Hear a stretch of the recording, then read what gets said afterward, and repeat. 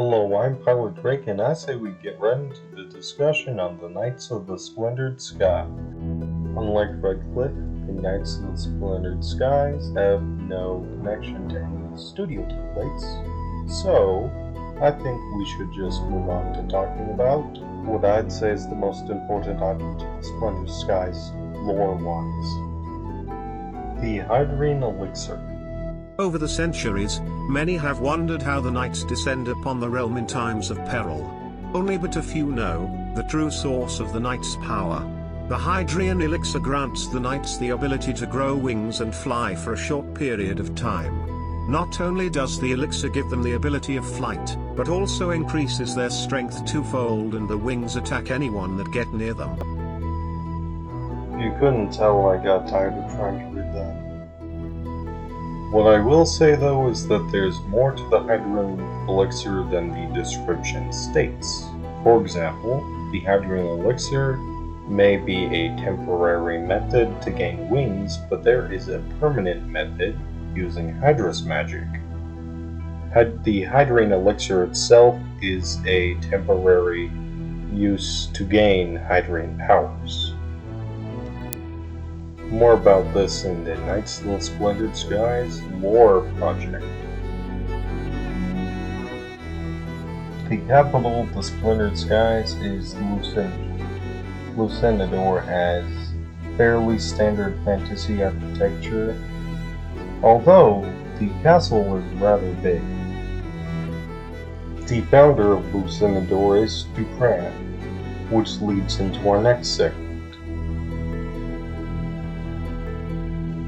So let's talk about the founding of the Splintered Skies.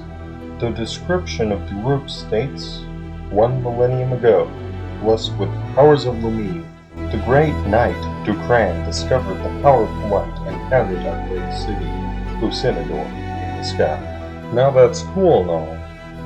However, it lacks something that the Redcliffe description has.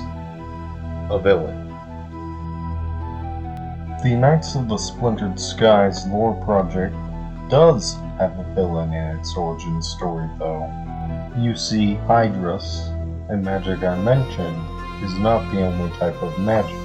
There's also Manus, which is like general magic, and there's Cosmos, which is a dark form of magic that is much more chaotic than Manus and Hydrus. Many of the villains in the Age of Lord Dukran use Cosmos. However, the one in the origin story is the embodiment of it. Here is an excerpt from Lord of Dukran. Though the Hydreians had spent time gazing into the stars above and had discovered Cosmos's existence, they were unaware of the great danger it presented, the only living manifestation of Cosmos, slumbering among the stars beyond the skies. This deity, many centuries later, lives on in infamy as Maracume, Lord of the Cosmos and consumer of all. The sole sentient vessel of Cosmos in all of existence, Maracume took the form of a massive serpent, so large that it could encircle the base of Mount Zargazdan 10 times over and boasted immense power. However, this vast expanse of energy was not enough for Maracume. So he prepared for the day he would descend to the mortal realm below and devour everything, the Hydreians, the wizards of Manus, and anyone else who opposed him. All would be one with him, and he would be the second coming of their world's creator, destined to use his magic to return the world to the darkness it had once been. The Hydreians actually gave their Hydrus magic to Dukran, and he used it to defeat the giant snake, and well, that's that. Of course, after the snake's death, the Cosmos magic within it scattered across the land. But it's not like anything bad could happen from that. Right?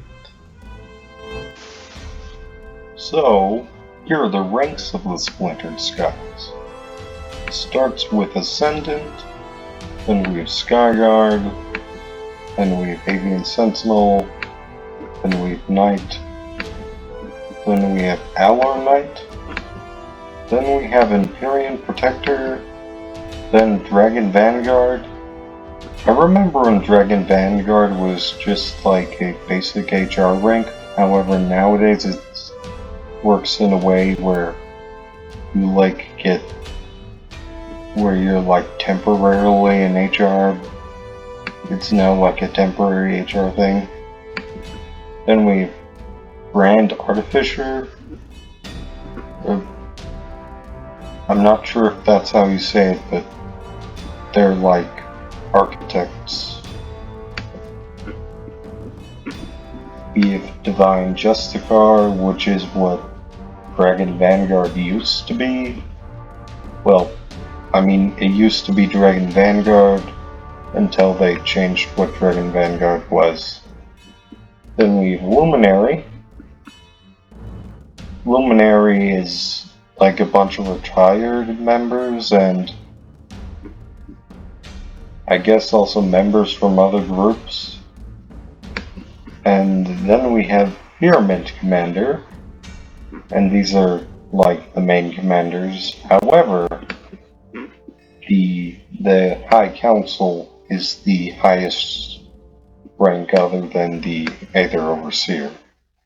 Of course, there actually are older ranks like Hawk Knight and the Rainbow Knight, which was owned by Neutrat, who was the old owner of the group. But those ranks were abandoned, so yeah. Those are the ranks.